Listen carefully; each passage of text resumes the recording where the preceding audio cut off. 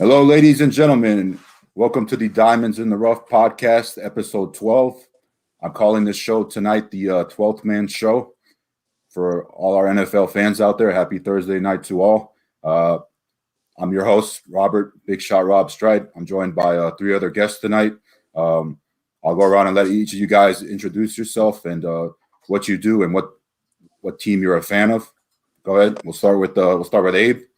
Yeah, I'm Abe. I'm a Packers fan. I work for the East West Football Network, covering fantasy football throughout the year as well as everything NFL. So nice to be on with you guys today.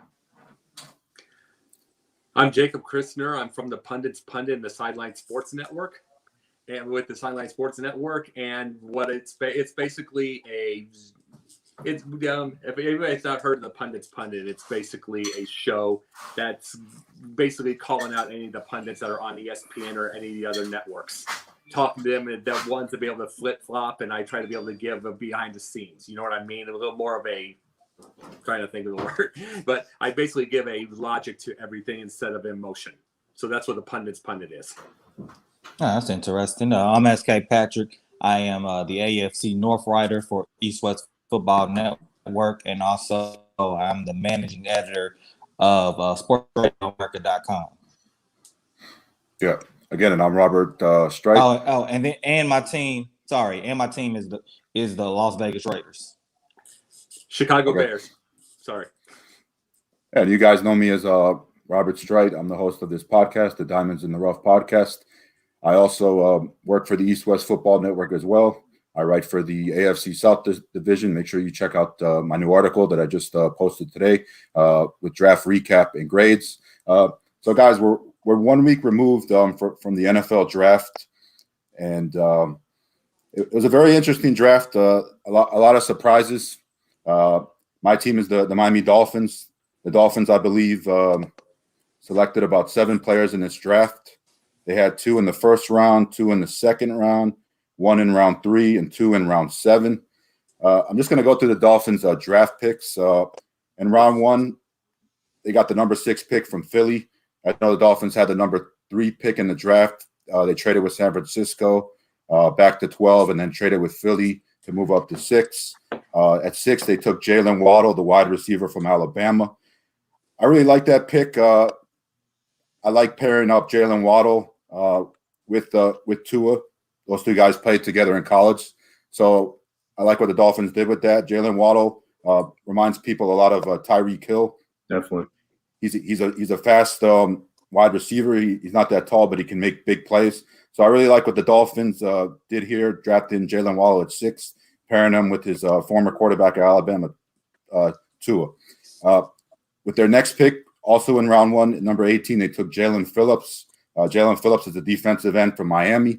He doesn't have to go very far. He'll be staying in Miami, playing at Hard Rock Stadium. So I like the pick of Jalen Phillips. I feel he's probably the best pass rusher in this draft, and he gets to stay home in Miami and play for the Dolphins. So I definitely like that pick.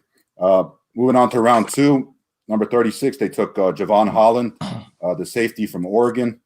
The Dolphins definitely needed help in the secondary. So I think the pick of Javon Holland there was a great pick. Also in round 2, they got an offensive tackle. Pick number 42, they got that pick from the Giants. That was Liam Eichenberg, offensive tackle from Notre Dame. Notre Dame, lately in the drafts, they've been having a lot of great offensive tackles going to the NFL. Going back to that other pick of Javon Holland at number 36, they got that from Houston. So that was a nice pick. Moving on, in round 3 at number 81, they took Hunter Long, the tight end from Boston College. I'm kind of iffy on this pick. I felt the Dolphins should have tried to get a running back here, or with the first 4 picks. They missed out on a lot of those running backs. I know, obviously, Najee Harris and Travis Etienne went in round 1 right after each other. Najee Harris went to the Pittsburgh Steelers, and then right after that, Travis Etienne went to the Jaguars, and the other guy, Javonte Williams, went to the Broncos, and I forgot what team Trey Sermon went to. But I feel like the Dolphins missed out on a lot of these big-time running backs. So I'm hoping maybe they can trade for a running back, sign a running back. I'd like to see them maybe take a shot on Le'Veon Bell. I think Le'Veon Bell still has something left in the tank. He didn't play that much last year for the Chiefs. I think the Dolphins could definitely use him. But yeah, in round 3, at number 81, they took Hunter Long. I think he could be a decent tight end. I mean, they already have Mike Gesicki. I mean, I'm hoping this guy is going to be good. I mean, hopefully the Dolphins use more 2 tight end sets this year. I mean, it'll be interesting to see what happens with that. And then finally in round 7, they had 2 picks. Number 231, they took Larnell Coleman, the offensive tackle from UMass. And then finally in round 7, all the Dolphins fans were waiting for it to get a running back. The team finally took a running back at 244. They took Garrett Dokes, running back from Cincinnati. I don't know too much about this kid, but I hope he turns out to be a good running back. Real quick, before we move on to each of your team's drafts, what do you guys make of the Miami Dolphins draft overall and like some of the other teams in the AFC East? Do you think the Dolphins had the best draft in the AFC East or no? I don't know about the best draft, but I do like their first pick, Jalen Waddle, a lot. I mean, you look at Tua, they want to get him right. They want to have him be the franchise quarterback. And if you can get someone like Tua is very accurate, who anticipates a lot of throws. If you can get him a playmaker like Waddle, all he needs to do is get the ball in his hands, and then he can do the rest. That's really beneficial to the offense. And it also makes it a lot easier for Tua.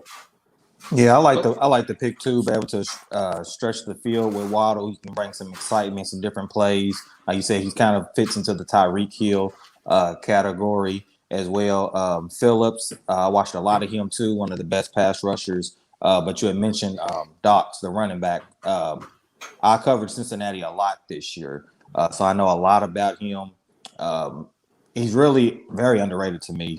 He's a do everything type of back, third down pack. Catches out the backfield. So I feel like it's a solid one. And I'm trying to, decipher who I think had the best draft. Definitely would pick Miami up there. Probably number 2, I would say the Patriots, 3, Jets, and then 4, Buffalo. I like Waddle. I like Eichenberg. I would love Eichenberg in Chicago if it wasn't for Tevin Jenkins. So I like that. I like him either way. But the thing is, just to bring up Le'Veon Bell, I don't believe that. Just got to be honest. The issue was Le'Veon was once great and he took that year off. Not a lot of players have ever made a comeback from that because they were trying to make money and everything like that. Someone's trying that this year. It's going to be the same way. They tried in the 80s, 70s, 80s, 90s, no matter what. The game changes so fast. You can't be doing that anymore. And it's like, and if he couldn't be an impact player immediately on a team like Kansas City, I mean, he obviously got some success there, but it was just as a role player. If you can't be a real impact player for a team like Kansas City with that offense, with Reed, with the enemy, everything like that, you're pretty much done. Right. So as far as Miami, as far as Bell and everything, it's but I like Miami. I love Miami's future to begin with. I was talking that they'd win a division this coming year. Yeah, I absolutely agree. I think if you look at that running back room with Myles Gaskin, I'd rather take a shot on him and not pay him much versus having to pay Le'Veon Bell some veteran money. And he was not that good with the Chiefs. He couldn't really produce alongside Edwards-Helaire, Andy Reid. Whenever he would have him in the offense, just wasn't that productive. So I think they would, at this point, probably rather stick with Gaskin with that youth, because usually those younger running backs ultimately are just more productive. I think the Dolphins should be okay at running back. I'm hoping this guy, Garrett Dokes from Cincinnati, turns out to be a diamond in the rough. They also got Malcolm Brown for the Rams. He should be a decent running back. They obviously have Myles Gaskin coming back, even though he was hurt last year. Hopefully he can stay healthy. He's more of like a scat back. The biggest thing the Dolphins need, they just need a bell cow type of back, a guy that's going to be able to be like a 3-down back, and then you can mix in the scat back here and there with Myles Gaskin. And obviously I think Malcolm Brown is a power back. Well, hopefully this guy Garrett Dokes turns out to be a diamond in the rough. We'll see what happens. But I like what the Dolphins did in this draft. Moving on to the other teams, I also like what Buffalo did. Buffalo took another defensive end from Miami, Gregory Rousseau.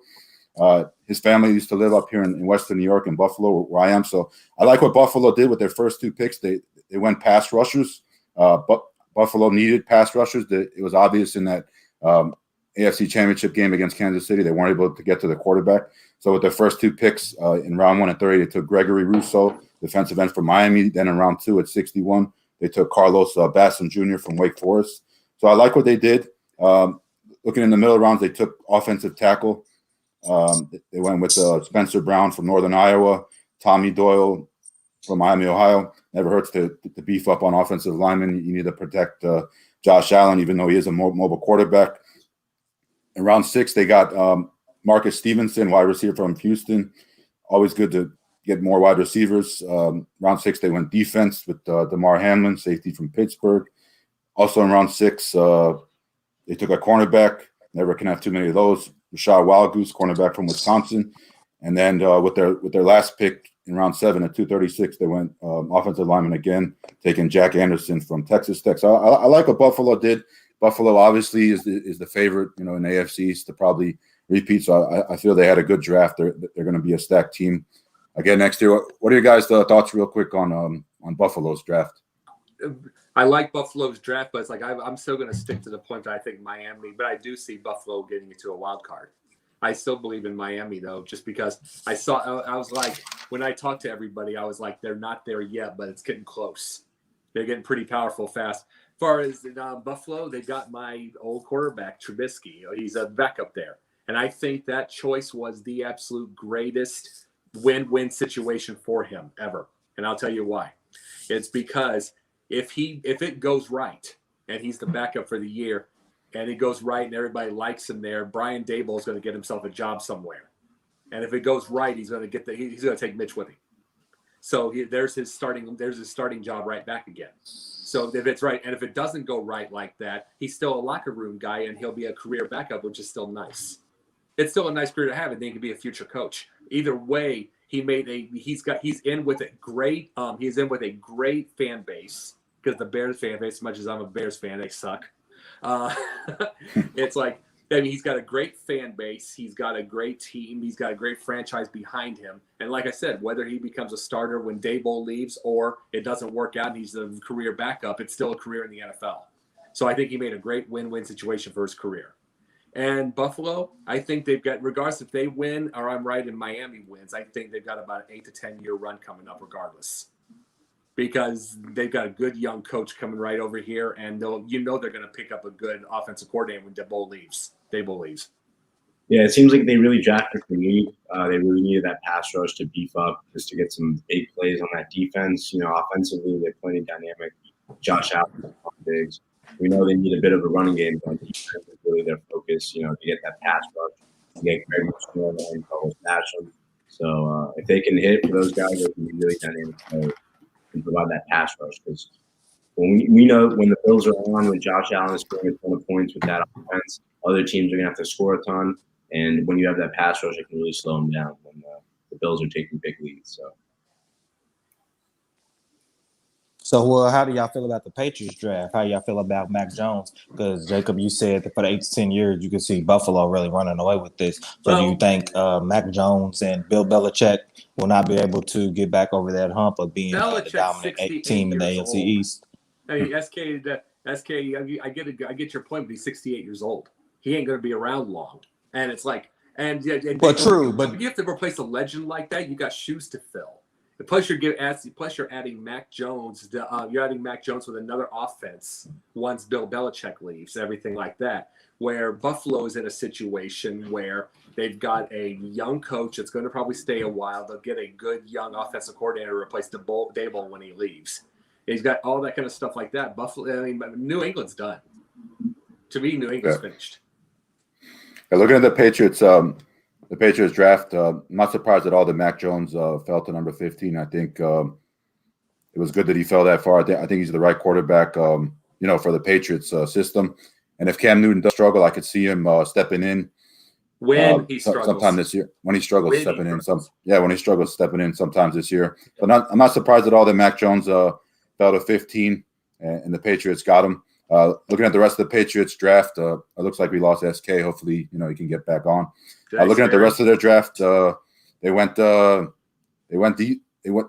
mostly defense. Round 2, number 38, from Indy, they took Christian Barmore, defensive tackle. I know Bill Belichick loves those Alabama guys. He's definitely friends with Nick Saban. So I know those guys are always in communication with each other all the time. Round 3, number 96, they got Ronnie Perkins, defensive end from Oklahoma. Then round 4, they went running back at 120, taking Ramondre Stevenson, running back from Oklahoma again. So 2 Alabama players and 2 Oklahoma players right there. They already have Sony Michel, and James White is getting kind of old. So, definitely time to rebuild those running backs. At round 5, at 177, they got a linebacker, Cameron McGrone from Michigan. Then in round 6, at 188, they took Joshua Bledsoe, safety from Missouri. Then they had 2 picks in round 7. At 197, they took offensive tackle William Sherman from Colorado. And then also in round 7, they took Trey Nixon, wide receiver from UCF Central Florida. So got a Florida guy in there, Trey Nixon. Looks like we got SK back on. Let me add him back to the stream. Here he is. I was afraid I scared you off, SK. Oh, no. No. Not at all. I'm just thinking, Bill Belichick, with the wealth of knowledge that he has, Josh Daniels is probably going to be transitioning into their head coach.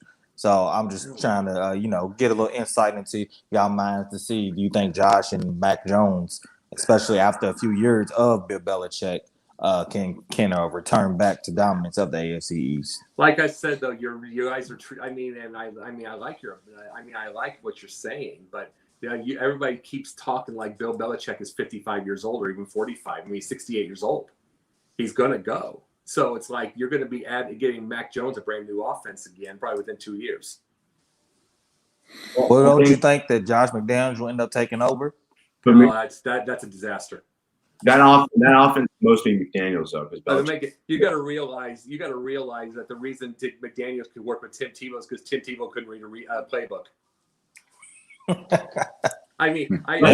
Tebow's probably the greatest instinctive quarterback we've ever seen just for the year, but he couldn't read a playbook. That's why he was 3 for 16 every 3 quarters. Then he'd come back with like 200 in the 4th. Yeah, but they 5 minutes.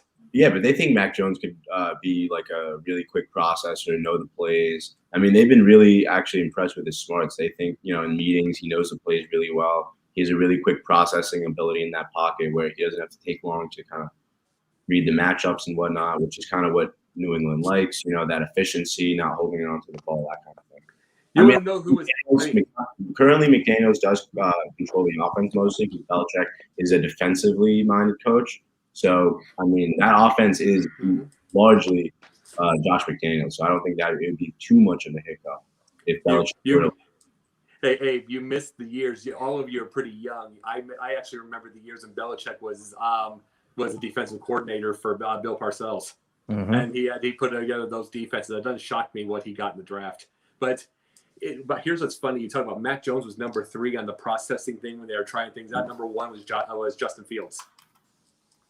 And what processing? But there was like the offensive process, and they have a little test they have during the draft. Fields was number 1. Jones was 3.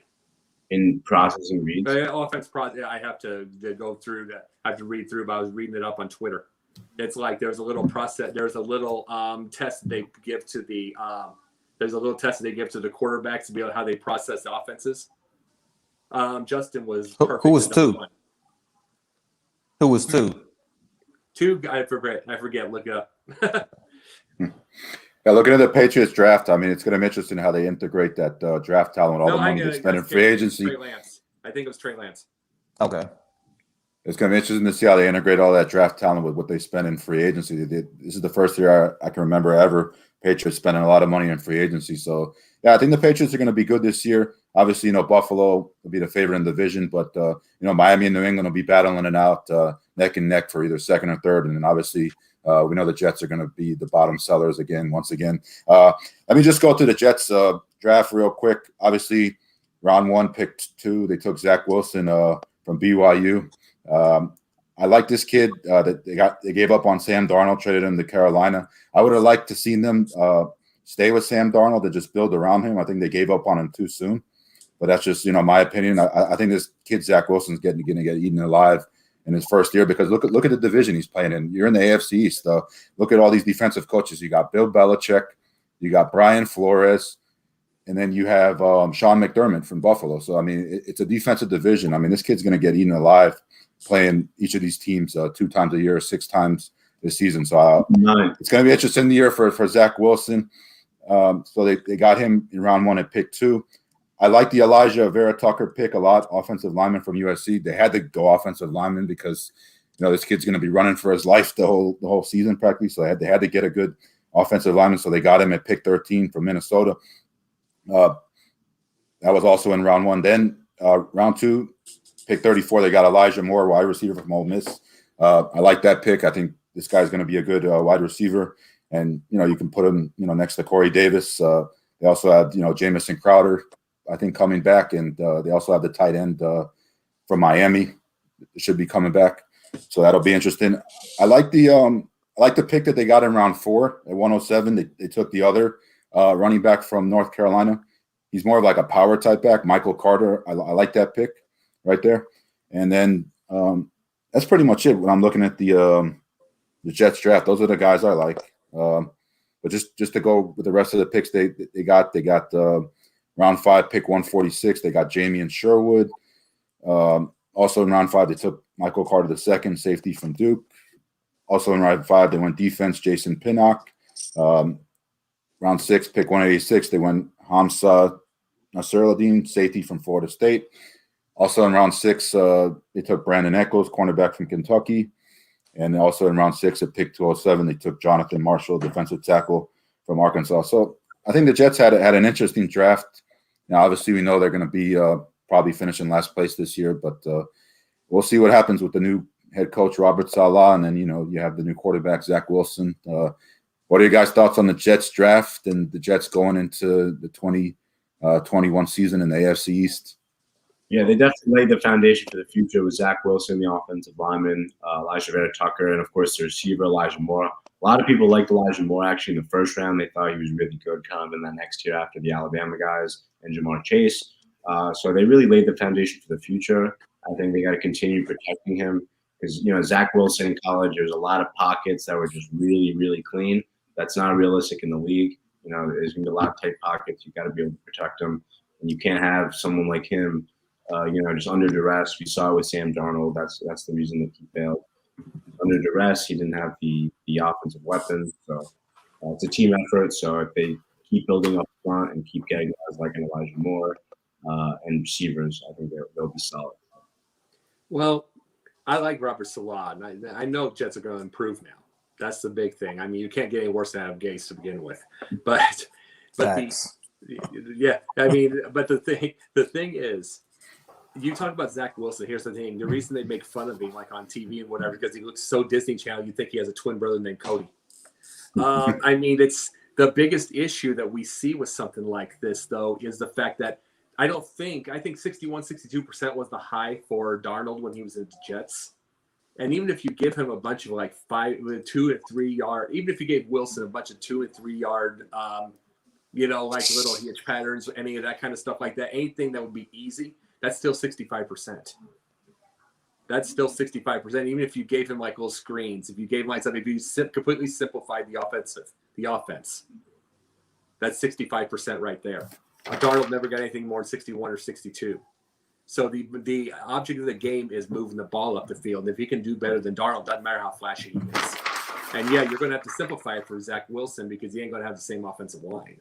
But I like Robert Saleh. I think he's a lot better off. I think he's a lot better coach. A lot better coach, a lot better mind. So it's like I like him. I like it for the future. Not sure about the records right yet because I need to see who they pick up for the future. Because I still believe in Buffalo and stuff like that. What I'd like to see, but I definitely think it's an improvement.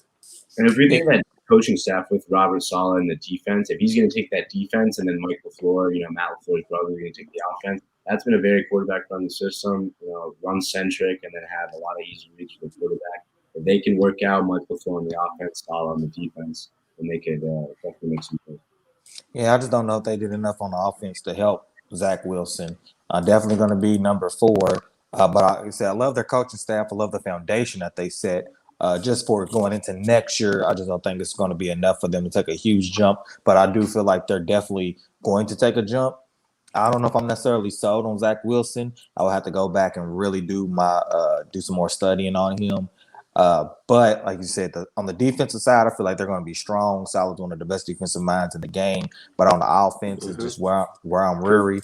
And I'm very wary about that offense. And, I just feel like this will have to put it together. It's not going to be a 1-year turnaround or even maybe a 2-year turnaround. This is going to be literally a building process for Wilson, in your third to fourth year, similar to how Baker Mayfield was. He got to the third, fourth year before we really start seeing some progression, and then they get into the playoffs. So that's kind of where I see the Jets having to build from year 1 to possibly year 3 and 4. Well, bringing that up for a second, talk about Salah. The one thing that the Jets will definitely have is the enthusiasm improvement. They'll have that. Oh, yeah, he got energy. I mean, there's no question. I mean, Adam Gase looked like he was on Xanax. So, I mean, you got to realize something along those lines. That's going to be huge for the locker room. They're going to be more pumped. So that's going to help them. I believe the Jets are a 6-10 team. Oh, well, actually, we got 17 games now. Okay. Yeah, they added that one extra one. I don't agree with that. That's been throwing me off. I don't agree with that one. Yep. I know, but I'll say 7-10. 6-11. Yep. These are my season predictions for the AFC East. All right, I think Buffalo repeats as the AFC East champion. They're the clear best team in the division, and I would say Miami or New England could flip flop 2 or 3. With Miami, everything depends on how Tua looks this year, and then with New England, everything will depend on how Cam Newton looks, and all those other weapons they added in free agency, and obviously the draft talent. So Miami or New England could either be 2 or 3, and then obviously the Jets will be 4th. But Buffalo, should repeat.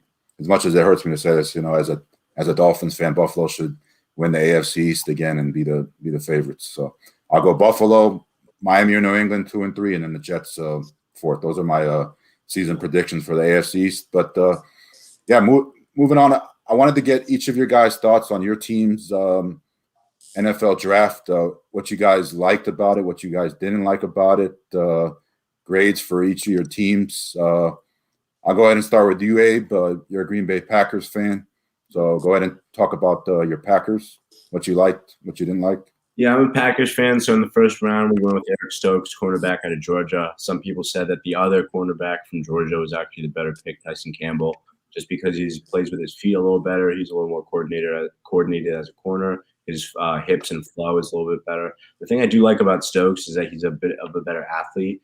So he does not get beat deep. There's no receiver I saw on tape that could really beat him over the top. He has great makeup speed, but his eyes do get a little out of place where he gets his hips are way out of control, and he can't really use that speed because he's not really physically in position. So I think as a developmental prospect, it's a pretty solid pick. I would actually like for them to pick Jeremiah Owusu-Koramoah. I thought he was a great player available in that late first round. Exactly what they needed with that run stopping, which is exactly what kind of faltered the Packers throughout the year, the run stopping, linebackers, and the D-line. Second round, we went with Josh Myers, center from Ohio State. We lost Corey Linsley, who had an amazing season, so he's going to replace him. He's going to be a nice stalwart up front. And then in the third round, we went with Amari Rodgers. We were actually considering taking him in the second round because our GM liked him a lot. He's kind of built like a running back, so he's very thick and he's very fast. So he's kind of like a Deebo Samuel has been a comparison. A lot of jet sweeps, a lot of bubble screens, kind of just a slot guy that they can use all across the formation. They don't really have a guy like that. Elvis Skinner is more of an outside deep threat. Lazard is kind of a bigger target also on the outside. They don't have much of a slot threat right now. Devontae can sometimes go in there, but he's mostly an outside target. So overall, and then in the fourth round, fifth round, a lot of offensive linemen. So the Packers were pretty scared with the Bucs game, right? We had Shaq Barrett, JPP bearing down on them.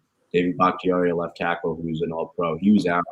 And they really got the best of our line, and Rodgers, the offense, really just couldn't deliver when the game mattered most in the NFC Championship game. And keep in mind, that was a game, we picked off Tom Brady 3 times, right? Defensively, they did their thing. Offensively, just the offensive line at the end of the day, a great pass rush will always win against a beat-up offensive line. And that is a perfect way to shut down an offense. So I think the Packers are building with a lot more depth. It's a great offensive line, but we didn't have Bakhtiari, the best left tackle potentially in the league. So we went a lot of depth late. But overall, maybe a reach with Stokes in the first round. Could have gotten Jeremiah Owusu-Koramoah. The second and third round, I love it with getting the slot weapon and Amari Rodgers, and then the stalwart at center, Josh Myers from Ohio State. All right, the Green Bay Packers. I definitely like that pick of Amari Rodgers. I thought the Packers needed a wide receiver, and they got one. So I like that pick, Amari Rodgers, wide receiver, and I also like the Stokes pick, the cornerback. So the Green Bay Packers, we'll see how they do this coming season. And speaking of the Green Bay Packers, we're going to be talking about who a little bit later in the show. I think everybody out there already knows, but we'll get to the Green Bay Packers a little bit later in the show. Moving on, we'll stay in the NFC North. I'll go with Jacob. You're a Chicago Bears fan. The Bears. Tell me about the Bears draft. Monsters of the Midway. Monsters of the Don't Midway. think I won't talk about Rodgers really fast. What you like, what you didn't like, draft grades. Go ahead, talk about the Bears. I'm not going to go individual draft grades. I'll say that I believe. See, I'm not going to give an A. I'm not going to give a total A because I don't think the Bears deserve it. The franchise, they kept Matt Nagy around. But I'll tell you this. First night, when Justin Fields got chosen, first thing I said to myself was, well, that is the proper replacement for Mitchell Trubisky, which I've been saying for 2 years. Proper replacement. But I was also reserved because a guy like Charles Leno is still on that edge being a turtle and basically being a speed hump. You can call him speed bump, but they cause damage. He didn't cause any. He didn't cause any damage. So it was like you got him on the edge getting the quarterbacks killed, and that's why I liked Mitch, because he could get away. Anybody else that couldn't get, and it's like, but even then he got sacked 50 times a year. So it didn't matter regardless. It was like, so I was reserved about it because it wouldn't matter if you got a stud like Justin Fields if Leno's there. But then I was really thrilled second day because there's Tevin Jenkins. That meant Leno was going to go, and 2 days later, he was gone. So now I'm jumping for joy. Now I'm jumping for joy because now there's protection. Now there's protection, and now there's everything. And then they got another offensive lineman just very next round. So then even more. So now your edges are covered, everything's covered, and they're all young and you can build around it. Plus they got Alex Bars, plus they got a bunch. I mean, they've got a good set up offensive line for years, and that helps Justin Fields. But the main thing now, I'm going to say this for my team, I want Nagy gone. Because I want Justin Fields to get Eric Bieniemy, or at least a great offensive mind to be able to go. Because let's be fair. Let's be true. The NFL now is a bunch of Ferraris. Look at Arizona. You know what I'm saying? Look at Arizona. We'll just say look at Green Bay with Aaron Rodgers. Let's look at let's look at sometimes the Las Vegas Raiders. Sometimes, you know what I mean? I'm just saying that. Sometimes Las Vegas Raiders, they can really look at Kansas City. Those are offenses that go 40 points a game. Everything like that. It's like the Bears have had 2 40-point games in the last in a whole 3 years. And it was like all later in the seasons, everything like that when defenses were down. They are a dump truck in the land of Ferraris. So, and that's the thing is when you have a coach that does basically jet sweeps with tight ends at the 1 yard line, like Matt Nagy does, what are you going to do? And how does that help having Justin Fields when they do something like that? He's still calling the plays. So get him I will be really, really excited when they get a real offensive mind in there and they can score 40, 50 points a game. They can catch up to the Kansas Cities. I mean, there's all that game against Kansas City last year, I get the 2019 year, the Bears when they lost 26-3. Remember that game? You remember that game? Here's the thing. It went beyond just the quarterback that was out there. Matt Nagy got completely outcoached by Andy Reid. Got completely outcoached by Bieniemy. What tight end are they using on the jet sweeps? Huh? What tight end are they using on the jet sweep? Oh, Cole Kmet. What? Yeah, they had jet sweep the 1 yard line against Carolina, and they got stuffed. It was used in the tight end. They got Mooney for that. I know, but you have to tell Nagy doesn't have any sense. So it's like so those are the things you got to think about. I'm trying to use logic with this whole thing. Am I happy with the players? Yes. There is a proper replacement, unlike Foles. For that, who got killed and had to force Mitch back in. Now you got a damn good. You got a damn good quarterback and you got protection. But what's it matter if the guy can't call plays? If he can't call a good playbook every time, that's all I'm saying. Yeah, looking at the Bears, I really liked Justin Fields. I think he's the right quarterback for Chicago. He played in the Midwest with Ohio State. He's used to the cold weather playing there. I think he's going to come in with a chip on his shoulder, being that a few teams passed on him, the Jets, the 49ers. So I think he's going to come in with a huge chip on his shoulder. It's just, building that offensive talent around him. And I just don't know if Matt Nagy is the right offensive coach for him. But I mean, we'll see what happens this year. I mean, Andy Dalton will be the backup. So if he struggles, they'll go to Andy Dalton. But I really hope that Justin Fields proves a lot of people wrong and becomes a successful quarterback in this league. And we'll see. I think he's going to be.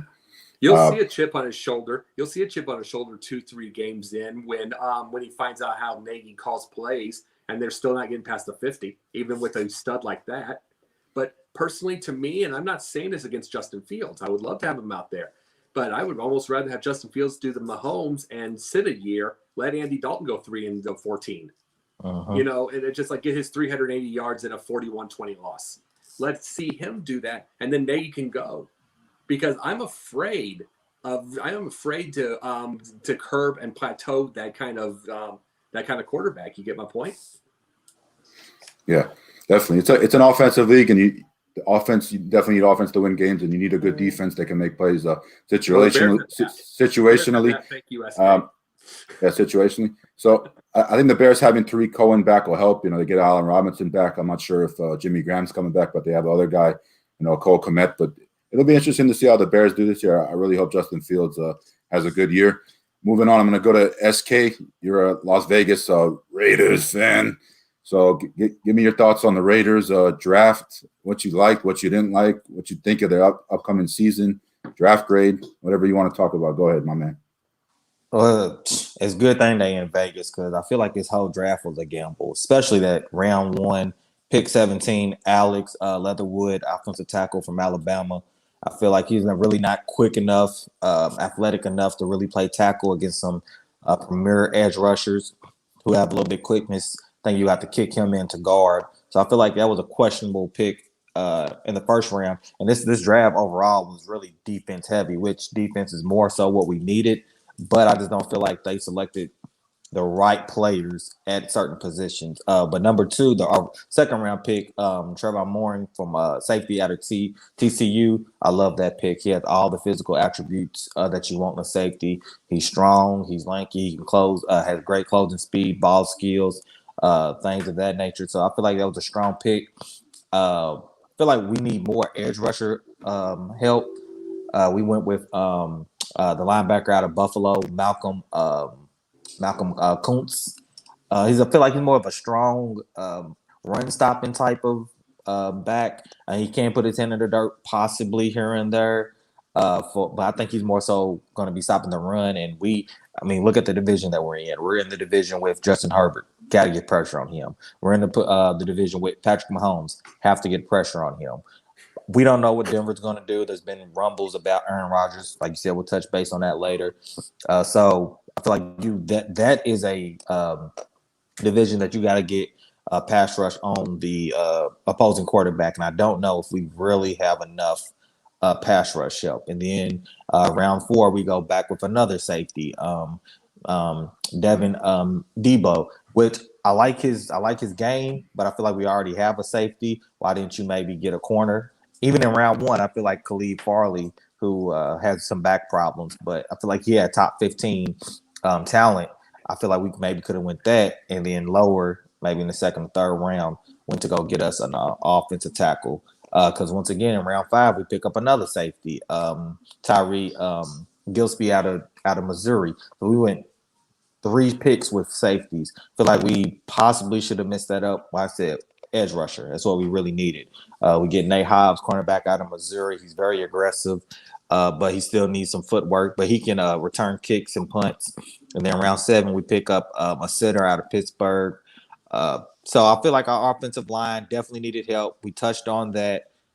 I feel like we overextended ourselves in that first round. I feel like we maybe could have went with more value and more of a talented player. And in the later rounds, got our offensive line together. Like I said, the key to me is pass rusher, and I still feel like we did not really establish that. So overall, I probably would give I feel like it was really just an average draft to me. I give it a C plus, possibly, because we're getting great value in that second round. Because the safety out of TCU had first round ability. But overall, I'm not really overconfident in our team's ability next year. Like I said, especially with the Chargers coming up, I feel like they're going to be a great team. We have the beast of the West in Mahomes and the Chiefs. Denver, we don't know yet, but I wasn't necessarily sold on that draft. Still feel like we need to get some pass rusher help. So with me, I'm going to give it a C, possibly even a C plus. But I wasn't really thoroughly impressed with our draft this year. Denver's dead. Denver is dead last, no matter who they get. They are dead last, no matter who they get. I mean, for one thing, they got a defensive. They got Vic Fangio, defensive-minded coach, and their offense is not going to be good no matter what. And even if they did get an Aaron Rodgers, it's still that coach. He's not going to give him the right kind of thing the way that LaFleur does. So it's like Denver's dead last anyway. Yeah, we'll see. That's because we're going to be tapped.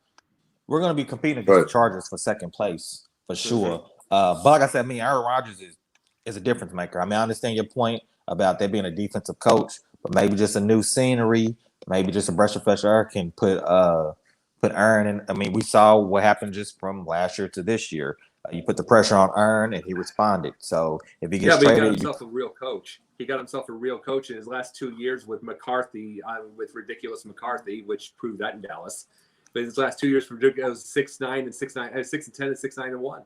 But we were questioning the Green Bay Packers coach last year and this year. So I know you say McCarthy though. It's like I got you. Okay. See, when he got himself a coach, he started winning. But when he had McCarthy there, it was 7-8, 6-9-1. Excuse me. But it's like it was those 2 years, and it shows if you don't have the proper coach for a guy like that, especially if you don't have the offensive line, he's going to get killed no matter what. He'll be more exciting than Drew Lock, but it still doesn't matter if you don't have the right coach. Absolutely right. That's a defensive coach. Yeah, Mike McCarthy was very archaic. He could not drop any new plays. He still is. He could not drop read plays. Everything was very hard. Everything was earned. Like you never just watch like free, like easy plays that were really easy for the quarterback. I think like we're always sweating it. So LaFleur is definitely getting a lot more easy plays, which helps move the offense, especially when they're stagnant. So I do not like McCarthy at all, and he also doesn't like running the ball, which is something I don't like. McCarthy looks like he goes to Mike Ditka for his trick plays. I mean, give me a break. I mean, he is archaic. He is very, and I didn't like the pick by See, the whole Jerry Jones thing, I didn't like him picking McCarthy in the first place because that made it really feel like that Jerry Jones is getting old. Jerry Jones is not that old wildcatter, old guy that he was when he was younger. He's not that risky guy that would take the shots like he did when he replaced Tom Landry. Like what he did when he got Barry Switzer after getting rid of Jimmy Johnson. That guy with the guts, he's no longer that. I mean, the guy that got Chan Gailey all those years, all those Dave Campo, all of those quarterbacks. Now he's got Mike McCarthy. He doesn't take risks. And that's why Dallas fails each and every time. I put that on one of my like little mini shorts for the Pundits Pundit. That's why Jerry Jones loses. And he's got Dak Prescott, which is awesome, but still. SK, thanks for your analysis on the Raiders draft. We'll see what happens for the AFC West this year. Obviously, it's going to be a competitive division. We'll see how the Raiders do this year. Moving on, I just want to wrap up the draft real quick before we move on to Aaron Rodgers. Are there any surprises in the draft in the first round or in the later rounds? Any players that you guys see as possible diamonds in the rough? That it could be like top-notch players in this draft. It could be anybody. I love the pick of Rashad Bateman to the Ravens. Only thing is, I think the Ravens possibly could have selected a back that's a little bit taller for them jump balls in the end zone if Lamar doesn't put him precisely where it's at. But he has great route running ability. Yards after catch. He has great yak production. So I love that pick. So I feel like that's going to be a diamond in the rough to something to look at. And I was surprised that J.C. Horn actually got picked number 8. I thought they would definitely go with the offensive tackle to protect Sam Darnold. So that kind of threw me off a little bit. But I love Rashad Bateman in that pick for the Ravens. You want to go? I agree. Go ahead. Abe, do you want to go? With which any overall reaction, I would say, well, number one thing is that the Raiders, right? Like, I mean, year after year, it seems like you can't see a worse draft. But like, the Leatherwood pick, right? Really bad. I mean, it kind of seems like they don't even want to win. I mean, really, there's a Jeremiah Usu-Koromoa on the board. I don't even know how he fell to the second round. There's a ton of good players. There were some corners, Caleb Farley, even the Georgia guys, Tyson Campbell and Eric Stokes that were available. So I really don't understand that pick. That had to be my most surprising one. But the Cleveland Browns were my big winner. Greg Newsome in the first round. They need help in that secondary. Grant Delpit was hurt, and other guys hurt. They have a lot of young guys, but they have Newsome, who's going to beef it up. Another young guy, yes, he's a very good player, as well as Owusu-Koramoah in the second round. So they're a big winner for me. It's going to be hard for me to say.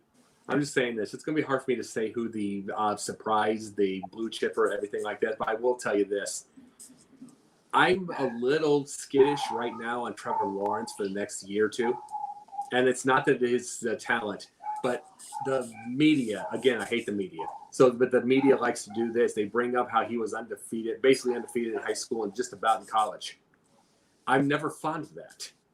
I'm never that fond of that. It reminds me of years and years and years ago, 15 years ago, Brock Berlin. They brought that up. He was undefeated in high school, and he was the blue chipper, and then he had a little trouble in Miami, but he started to win. And it's like there's these guys every year that never lose. They never lose. And it worries me with that because Jacksonville's not going to win every game right away. I wonder about his psychological mind, about Trevor Lawrence's psychological mind. How will he handle constant losing right now, especially in the divisions they're at, especially when it's the NFL, and speaking of Jacksonville real quickly, I don't want to see Tim Tebow at tight end. No, not at all. I don't either. I don't either. I'll tell you why. He's not a tight end. No, but I'm saying this. It's like he should have done that probably in the first place, but I'll say exactly why. It becomes now, once again, it becomes a clown show. Yeah, it's theater now.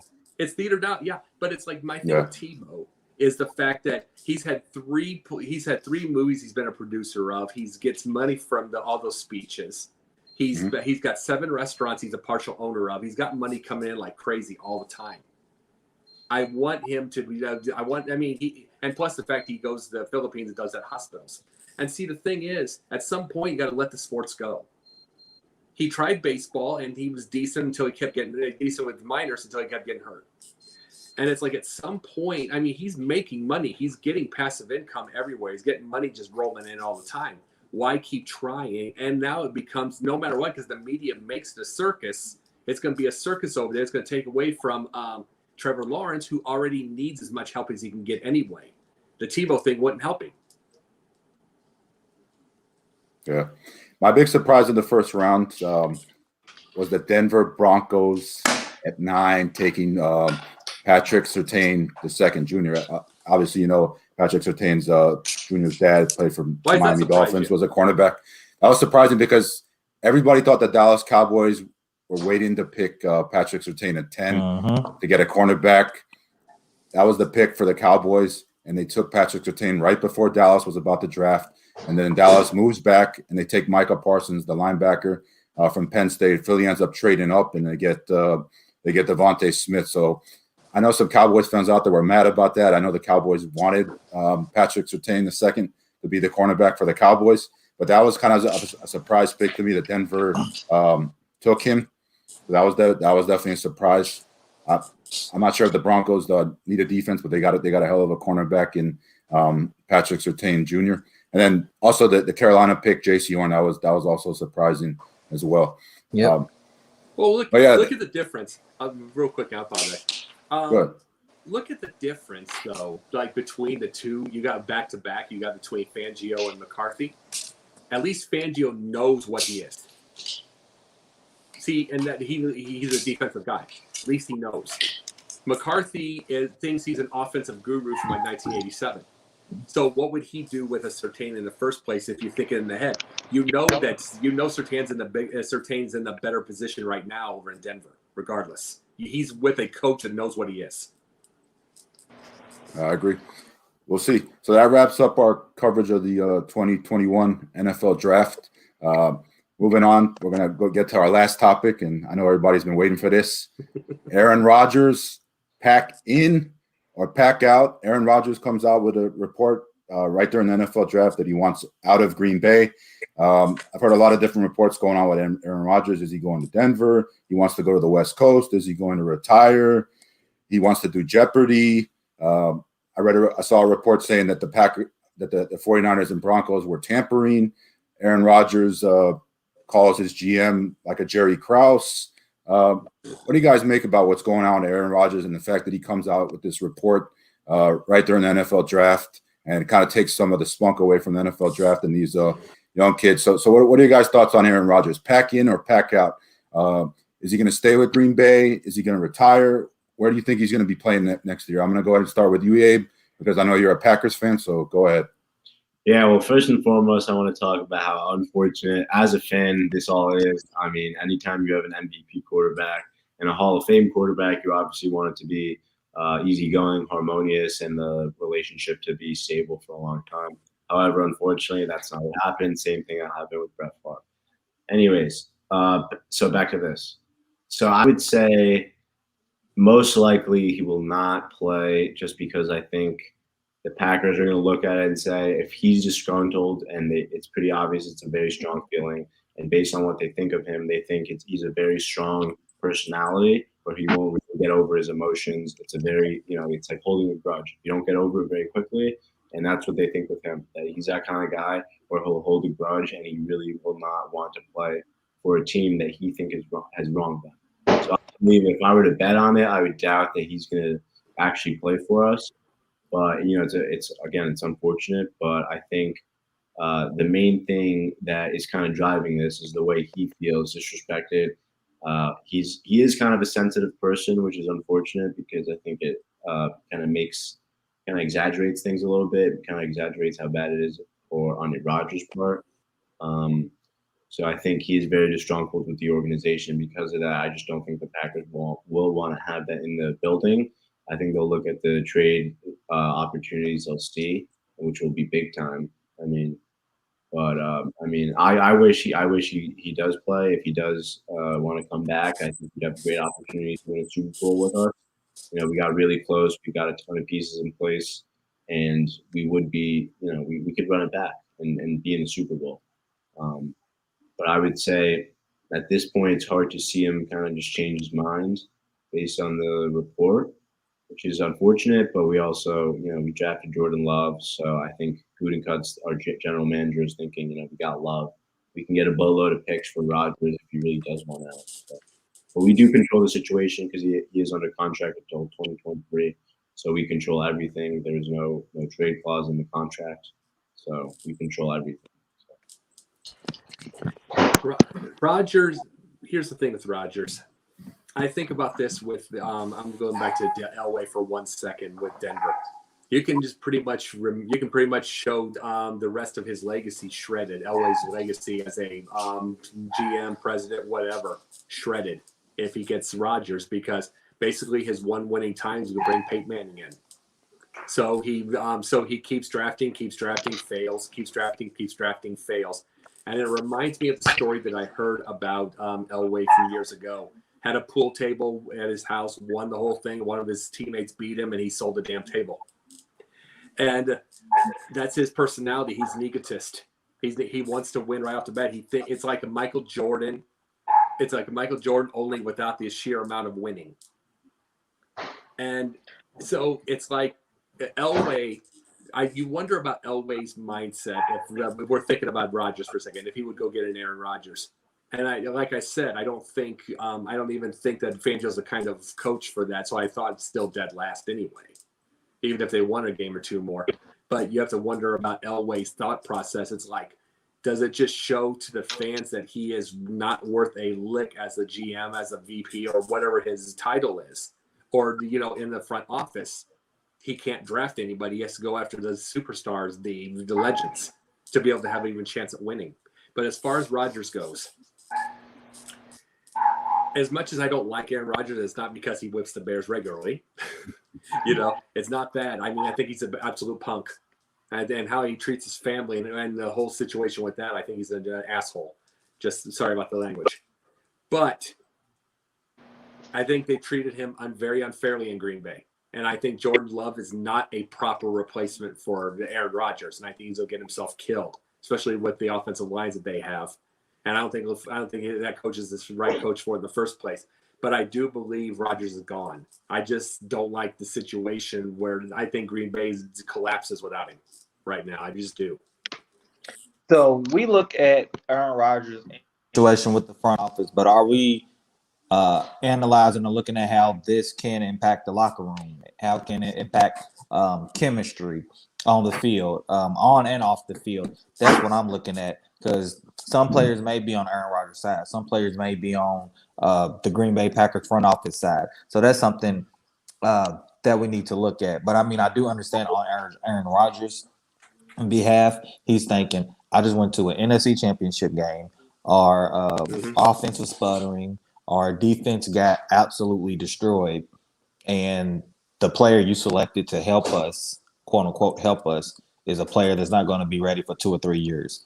I would be upset too, because above all other players, Aaron Rodgers, unfortunately, how things are set up now, and with the media, his legacy is at stake. He's trying to get to a second Super Bowl. Not even get to. He's trying to win a second Super Bowl. He's trying to distinguish himself away from the one-time winners who are Hall of Famers, like your Drew Breeses. He's trying to get in there with your John Elways, your Peyton Mannings. Troy Aikman won 3. So he's trying to really distinguish himself and put him on that next level. Everybody anoints him as possibly one of the greatest ever. But when you look at your accomplishments, yes, in the regular season, you do wonders. But in the playoffs, you are 1-4 in NFC championship games. So Aaron Rodgers is looking at the totality of his career thinking, I have 3 MVPs. I have the regular season. You need to go all in when you have a quarterback of that caliber. And I don't really feel like the Green Bay Packers have gone all in outside of when they brought in Charles Woodson and they brought in Jabril Peppers about a decade ago. You brought in free agents, and you see that you won the Super Bowl. I know you have a way of doing things, but sometimes that old school way, like when we brought up McCarthy, that archaic old school style of doing things is not going to win in the NFL. On the highest level. Yes, you can develop players and get a Super Bowl, be contenders, but we are trying to we're in title town. We want to bring in titles, and one title for Aaron Rodgers' talent, I feel, is not enough. So he's thinking, I need 2 more. I need 1 more or 2 more titles to really distinguish myself and try to. You're not gonna get with Brady. Brady has 7, of course not. But that second tier of quarterbacks, or even maybe that third tier, you have Joe Montana, who might be in that second tier because he has 4. He was 4-0. So I feel like Aaron Rodgers, this is more of a legacy thing when it comes to him. I mean, his body language and his personality kind of rubs people the wrong way, but at the same time, how he has behaved and acted has gotten him to be one of the greatest that we've ever seen. Oh, yeah. So it's kind of a give and take for me. And I'll tell you this: you're talking about 1-4 in the NFC title games. It's like me being a Bears fan. You don't think I wouldn't take 5 NFC title games? Oh well, I mean for sure. I know, no. But here's the thing: as a Raiders fan, of course, I would too. Hey, I've seen 7 NFC title games in my lifetime, but you got to remember, I'm going back to 84 when I was 6 years old, all the way up. So you don't think I'd like to see 5 more in the time while I'm alive and stay up past 9 o'clock at night? you know what I'm saying? Right. So it's like, I'm just saying that part. They got that far at least, so I give them that. Yeah, you look at Aaron Rodgers, 1-4 in the NFC Championship game, and that one NFC title game that he won against your Chicago Bears. Mm-hmm. Jay Cutler was injured for that game. He wasn't even healthy for that game. Mm-hmm. So they beat the Bears in that game where Jay Cutler wasn't even healthy, and maybe at healthy Jay Cutler, that game was in Soldier Field. The Bears possibly win that game. So it's possible Aaron Rodgers has no Super Bowls and no NFC championships. If you want steam come out of ears, bring up Jay Cutler. We're not going to go into Jay Cutler. He played for the Dolphins too. We're not going to go in. We won't go into Jay Cutler. I'll just close by talking about Aaron Rodgers. I really hope he finds a way to stay in Green Bay and work it out. He's been to 2 straight NFC Championship games. It came close this year. Obviously, there were some questionable calls by Matt LaFleur at the end of that game. They came close. They really should have beat Tampa Bay. They really should have got to the Super Bowl. It just didn't work out. And then the year before, they played San Francisco. San Francisco was a very hot team, dominant team, defense. Jimmy Garoppolo was good that year. They just got their ass kicked in San Fran. I really hope Aaron Rodgers doesn't get traded to go to Denver and follow in the steps of John Elway and Peyton Manning. I really would like to see him work it out with Green Bay and get another shot to go to the Super Bowl this year. Outside of the only team that comes to mind that I could see Aaron Rodgers going to, but I don't know if they have enough to trade for him because they already have two quarterbacks, is possibly he's from the Bay Area, so going back to San Francisco. Could San Francisco give up Garoppolo or Trey Lance or somebody to get Aaron Rodgers? I could see him going there. I can't see him going to the Rams. They just got Matthew Stafford. I can't see him going to the Chargers. They got Justin Herbert. So I guess the only possibility would be Denver because they don't really have a quarterback. I mean, they got Teddy Bridgewater, and then you got Drew Lock. But does Aaron Rodgers want to go play in another cold weather place? I mean, he's a West Coast guy. I would think he would want to go back to California where he's from. So if he doesn't stay in Green Bay, I just think he's possibly just going to retire, maybe take a year off to do Jeopardy, clear his mind, and then figure out what he's going to do next. But, I really do hope that he finds a way to, figure things out and work things out with Green Bay and come back and, get another run at this thing. Maybe, who knows, maybe the third time will be a charm with them. They'll get back to the NFC Championship and go to the Super Bowl. They added some nice pieces. You still have Devontae Adams there. Aaron Jones signed a 4-year, $48 million deal to come back. I think a lot of these guys that stayed in Green Bay weren't banking on Aaron Rodgers leaving. So I really hope he just finds a way to work it out with these guys and stay in Green Bay and finish his career. But if he doesn't, I hope he does what's best for him and his family, and whatever he wants to do is fine. But we saw what Russell Wilson did earlier this season, complaining about not getting enough help in Seattle, and he wanted to get traded to the Bears and other teams. I wanted, but it just didn't happen. Now, one team that comes to mind that I don't think they'll go after Aaron Rodgers is my Miami Dolphins, but I don't think Aaron Rodgers he wants to go back to the West Coast. But I could see the Dolphins maybe making a run to get Aaron Rodgers, because the Dolphins could technically maybe keep Tua and give up like draft picks or something to get Aaron Rodgers, because he is in the later part of his career, and then have Tua back him up. I mean, have Tua back up Aaron Rodgers, but I just don't, see it happening. I think Aaron Rodgers, it's either him going to the West Coast or he's going to retire or maybe do Jeopardy for a year and then figure it out. So I really don't know at this point what Aaron Rodgers is thinking. It remains to be seen. It's going to be interesting to see what happens with Aaron Rodgers, where he ends up, if he stays in Green Bay, goes to another team, or retires. But that's really, all the time we have for today. It's been a great show. It's been great having each of you guys on and giving your thoughts on the NFL draft and your teams and your thoughts on Aaron Rodgers. We had a good hour show, so I think we did a good job. I want to thank you guys for coming on, and I'll definitely have each of you guys on again as the NFL season gets closer. You can definitely talk more about your teams. Again, my name is Robert Strite. This has been the Diamonds in the Rough podcast, episode 12. Thank you to everybody for tuning in, and thank you to Abe, SK, and Jacob for coming on the show today. It was really a pleasure to have you guys on. Definitely look forward to talking more football with you guys as we get closer to the season. And everybody out there, stay tuned for the next episode of the Diamonds in the Rough podcast, episode 13. Everybody out there, have a good Thursday night and a good weekend as well. Take care. Thank you for having me. Thank you. Yep.